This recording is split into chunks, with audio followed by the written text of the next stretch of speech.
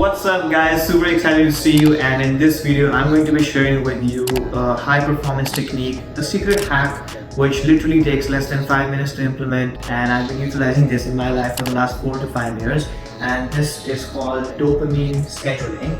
And this is going to be super handy for you if you're somebody in high school or college who struggles to just get their studying done. If you struggle to lock in and get your homework done or just prepare for your examinations, this 5-minute technique is going to be super valuable for you. And by the way, this is the same exact strategy that has allowed me in my life to get 4 A stars in my A levels, a 1560 out of 1600 in my SAT, and a full scholarship to my dream college in the United States. And the best part about all of that is I did all of that without having to sacrifice my health or my relationships or my recreation. And so I'm super excited to be able to share something that worked for me in my life with you guys, and I hope you find a lot of value in this video. And also, if you stay till the end, I will be sharing with you my exact high performance calendar broken down to the timestamp which I utilize daily as of now. And you don't want to miss out on that because it has literally taken me so long to actually perfect this calendar by listening to many entrepreneurs who speak on productivity and high performance. And the best thing is you can literally implement my calendar that I'll be sharing with you. That's going to be something that's super valuable for you as well. But before we get down to that step, let's actually first figure out what these graphs are, what dopamine is, and why it is the case that when you try to lock in and get your studying done, you feel like it's a very uphill task, and why essentially it's not your fault. You're not the one who's lazy or not disciplined or insincere. It's primarily how your days are wired against you because of the way dopamine is set up in your day-to-day, and that is also actually a fault of just the modern society and the way it works. But the good thing is, with just a minor tweak and no major additions to your day, you can actually have an overwhelming amount of control over your productivity in the day. Alright, so first I want you to take a good look at this left graph. So on your x-axis you have morning all the way to night, and on the y-axis we have your dopamine levels essentially. And so dopamine is a reward chemical that your brain essentially releases when it feels like you've accomplished something that was worth accomplishing, right? So you read a book, you go to the gym, you take a bath, anything where you had to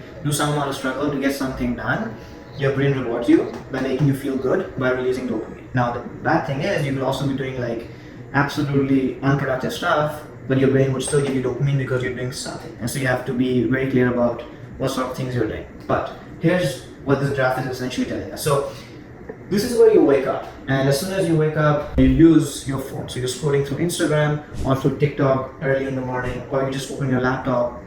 Very bad habit, and you start watching YouTube. Or bad, you go and watch some stuff that you should not be absolutely watching early in the morning, because what all of that screen time is going to do in the morning is going to like give you a dopamine spike, right? It's going to make you feel good, and it just increases your dopamine. And at some point now you started eating your breakfast, and having a meal is also going to increase your dopamine. Not as much as watching YouTube or scrolling through Instagram, but it's also going to increase your dopamine as well.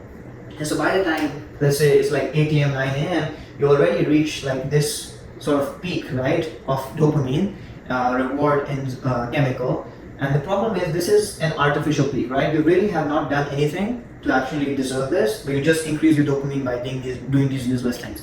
And so when you start to actually study, let's say over here at this point is when you're trying to study, your dopamine levels have decreased so low now, and you had this sort of artificial high that's really hard to actually focus and get your work done. And this is something you might have observed as well in your life, which is if you watch through a very highly edited YouTube video or you watch Netflix, then it's going to artificially increase your dopamine so much that when you actually sit down to get work done, you're going to find it's super hard. And it's not because obviously that you're lazy or something, it's because you just generated a very artificial spike, and now your dopamine levels have dropped probably even below normal. And because of that, it's going to be hard for you to generate dopamine and feel good, because studying is something that generates it at a lower rate.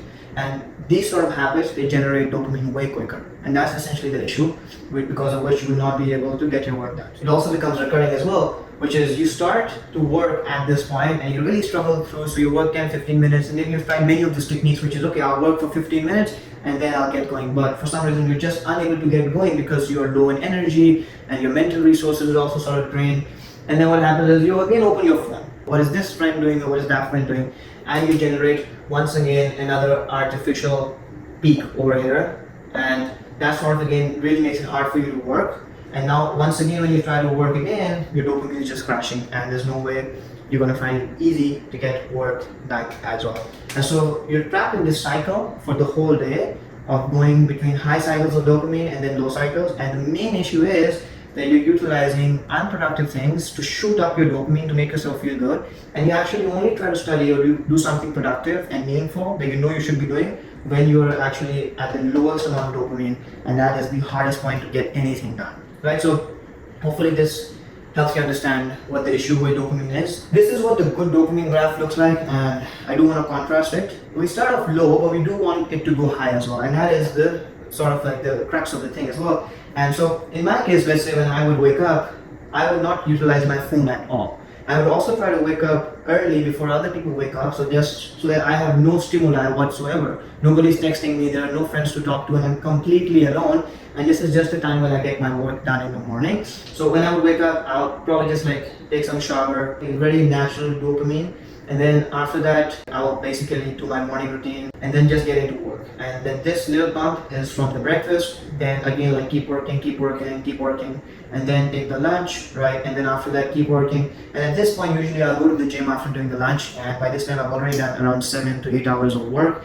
And the whole point is you want to avoid the dopamine taxing things in the morning. And so by this time, when it's supposedly, let's say 5 p.m., by this time I'm already done with most of my day. And so now from 5 to let's say 8 p.m. or like 6 to 8 or like 6 to 9, whatever works for you, this is the time when I actually max in on my dopamine artificially. So this is the time when I'm going to call my family, or when I'm going to read a book, or when I'm going to play, let's say, some video games, or watch through Netflix as well, my favorite series. I was recently watching Vikings on Netflix as well. So, but you can actually generate an artificial amount of dopamine at the end of your day, and that perfectly works well because you do want to reward yourself in some way. So it's totally okay to indulge, but you just want to flip the order of the way you do things. After 4:35, 6, whatever your time is, I'm actually going to enjoy. I'm going to have a big party. That's what I'm going to do, and that's perfectly fine to do, because after that, you just go to bed. And the next day, when you wake up, you know that I'll get my reward at the end of the day. It just makes it super easy to just get your work done early in the morning. Okay, so next step, as I did promise you guys, I'm going to give you the bonus. So we're going to start off at 5 a.m. 5 a.m. is usually when I wake up, but you could totally be a night owl and prefer working, late mornings and working at night. So this works with that as well. Just move this calendar down by 3 hours. But essentially my whole point of waking up like 3 hours before usual wake up time is just to get that extra amount of time when nobody's texting me, nobody's awake. Most people in my life are sleeping at that point. So this is what I call the deep work time, when nobody is disturbing essentially. So I wake up and essentially I do my shower, and then I sort of do like a morning routine, which doesn't take me more than 20 minutes. So you can have some sort of morning routine for yourself. And then after that, you get into your deep work. This is a concept I learned from Carl Newport in his book called Deep Work. That this is sort of an optimization on the concept I gave you earlier, which is you want to do your essential things earlier in the day. What Deep Work says is you per day have one thing that is the most important thing in that day, which if you get that thing done, you're 80 to 90% successful in that day. And so deep work is the most optimized form of time, even with the morning work hours. And you just want to focus on that one thing. So if you're studying, maybe this could just be doing one past paper. And this might seem less, but imagine if you get one past paper done every single day before 8 a.m. That's ridiculous, right? And so after doing deep work at 8 a.m., this is usually when I do my breakfast. So I don't eat anything in the morning when I wake up, because I just feel like working on an empty stomach really just makes sure there's no blood going to my stomach. And so everything's up here and I can just focus, I read this somewhere which said you eat to become dumb. So when you eat, actually, you're losing part of your mental faculties, because now blood and resources are being diverted towards your stomach. So I try to delay my first meal. And also for my breakfast, I keep it low on the carbohydrates, because that will ensure that it's low calories and make it high protein, my breakfast as well. After breakfast, I usually just get into 3 more hours of work done. And this is usually secondary work, because I've knocked out the most important thing I had to do. This is mostly taking calls with people, or checking in with my team, or doing my job work. So this is where I get most of that work done. And around at the end of 11:30 is when I essentially go and get lunch.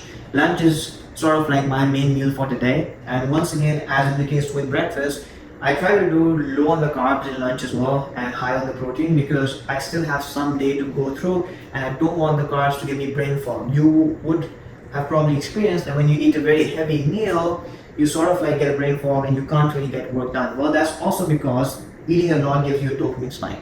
And so what you want to do is you want to split your meals across the day and try to eat less, especially when you're working. Okay, so at 2 p.m. is approximately 7.5 hours since I have woken up. So I'm sort of like tiring as well. And this is really when I go to the gym, because the gym is going to move my body and it's going to wake me up and it's going to give me energy and momentum for the next couple of hours that I still need to squeeze through my day of working. So 2 p.m. is sort of my perfect time of going to the gym. I just utilize gym as sort of a booster activity for myself, given my high performance schedule of getting work done in a day. And one thing I have observed for myself as well, when you go to the gym, don't listen to music, but actually just listen to an audiobook. And this is such a hack, guys, because if you familiarize your brain to go through an audiobook at 2x or 3x the speed, you can literally listen to a book a week. And that means you can do like, I don't know, around 30 or something books in a year. And I just really feel like reading books through hand, even though that is important, it just takes a ridiculously long amount of time. And usually books don't have a lot of valuable information. There's only around 2 to 3 main takeaways. And so you can just zip through them by just listening at 2x the speed while working out. So it just saves you so much time as well. Anyways, 3:30 is when I start working again. And 3:30 to 6 is mostly like, it's wrapping up the day, it's reflection, what do I have to do for the next day, what worked for this day, what is left on this day, and also getting some work done as well. And 6 is usually when I just stop working, and after 6 I don't work. I will usually get dinner at 6, and dinner is very heavy on the carbohydrates because now I can eat as much as I want because I'm going to sleep after 2.5, 3 hours, and so I don't have to do any work. It does not matter if I get sleepy at this point. And so 6 p.m. is my dinner time, and then 8:30 is basically when I try to sleep and go to bed. Sometimes it becomes 9, but usually around that time. And you want to turn off your devices before you go to bed. Try keeping a book over there, just read it 10 minutes and it just tires your brain and you will have the most amazing sleep. But after 6 p.m, do all of it and go all in on it and actually just utilize this time to just reward yourself. I would be happy to break this in more detail in an upcoming video as well if I feel like people want to know a bit more about that as well. I really hope this video was valuable for you, and if it was, then the only price I ask for this video is to share this with one beloved person who's close to you as well, who you would like to see succeed in their life as well. Because remember guys, you can only go so far if you go individually, but if you have accountability, then you can really just keep going, and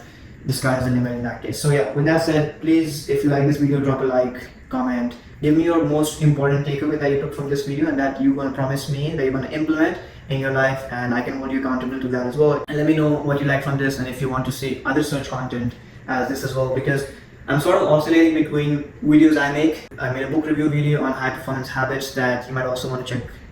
I'm going to be making stuff on AI as well because I am an AI engineer as well. And then there's this sort of productivity hacks, right? So do let me know which one of these things you like and you would like to see me make more of them. Alright, with that said, take care and all the best, and I'll see you guys next time. Bye bye.